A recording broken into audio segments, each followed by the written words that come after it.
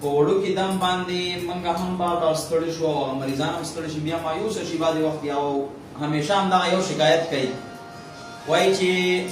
مسله نه حل کېږي د پلانکي ځینه مو دم وکړو د پلانکي ځینه مو دم وکړو بسم الله الرحمن الرحیم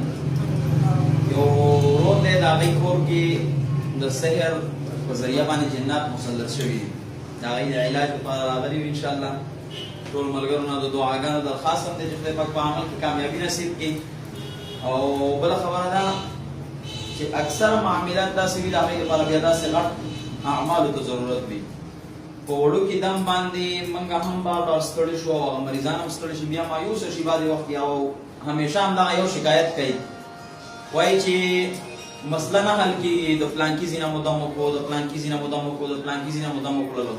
نو هغه ټولو ورونو خویندو ته هم دغه پیغام دی چې بیا به د دې دپاره یو رسک اخیستل غواړي هغه رسک دا دی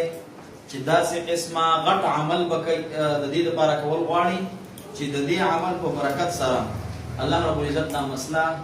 نوره زیاته نه شي او ختمه شي په همدغه ځای باندې چې نور تکلیف جوړ نه شي نو امید دی انشاءالله د دې ورور ځای ته زه راغلی یم او ډېر زیات پریشانه دي دا بل کور دی په دې کور کې تقریبا دا دویمه یا درېیمه میاشت روانه ده